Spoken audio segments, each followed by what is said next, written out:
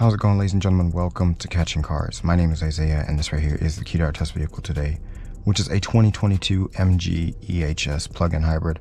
We're going to do a quick little acceleration run, see how quickly this thing gets from 0 to 100 kilometers an hour.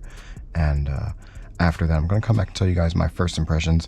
I've only been driving this thing for a few minutes, and I will be returning it in a second, but I do have some first impressions, and I want to let you guys know what I think of it. Before we get going, be sure to subscribe to Catching Cars. And we're gonna go ahead and do that acceleration launch. There is no sport mode. Just floor it.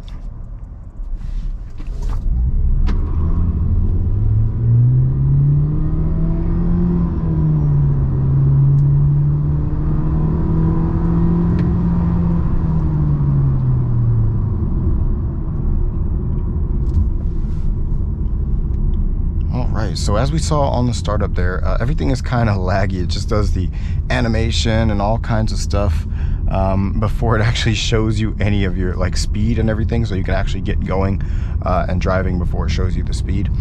And the overall impression of this, to be honest, it looks really nice. So obviously I think this thing looks really nice, but that is subjective, I guess, and everyone's personal opinion. I think this kind of reminds me of an X3, BMW X3 from the outside, but however, everything quality-wise is just not that great. This infotainment system is just not the smartest. You have these nice little toggle switches here.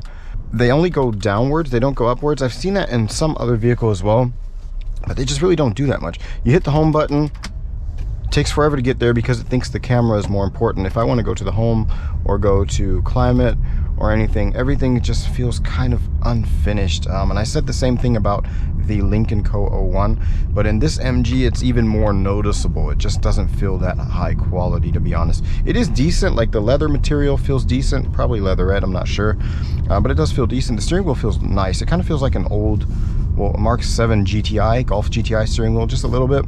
I do like the red stitching and everything as well. Like I said, the design is great, but overall it just feels like an unfinished product and not really that high quality. Another thing, you don't have a sport mode, you don't have manual shiftability, you don't have paddle shifters, you don't have any of that, and it just doesn't feel that fast.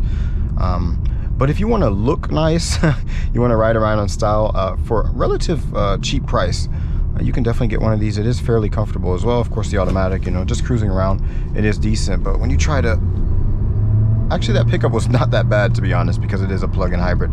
But when you try to drive in any sporty manner, yeah, it really lets you down there. And like I said, quality-wise, it just feels unfinished. I think if they refine this a bit more, it can be a decent vehicle.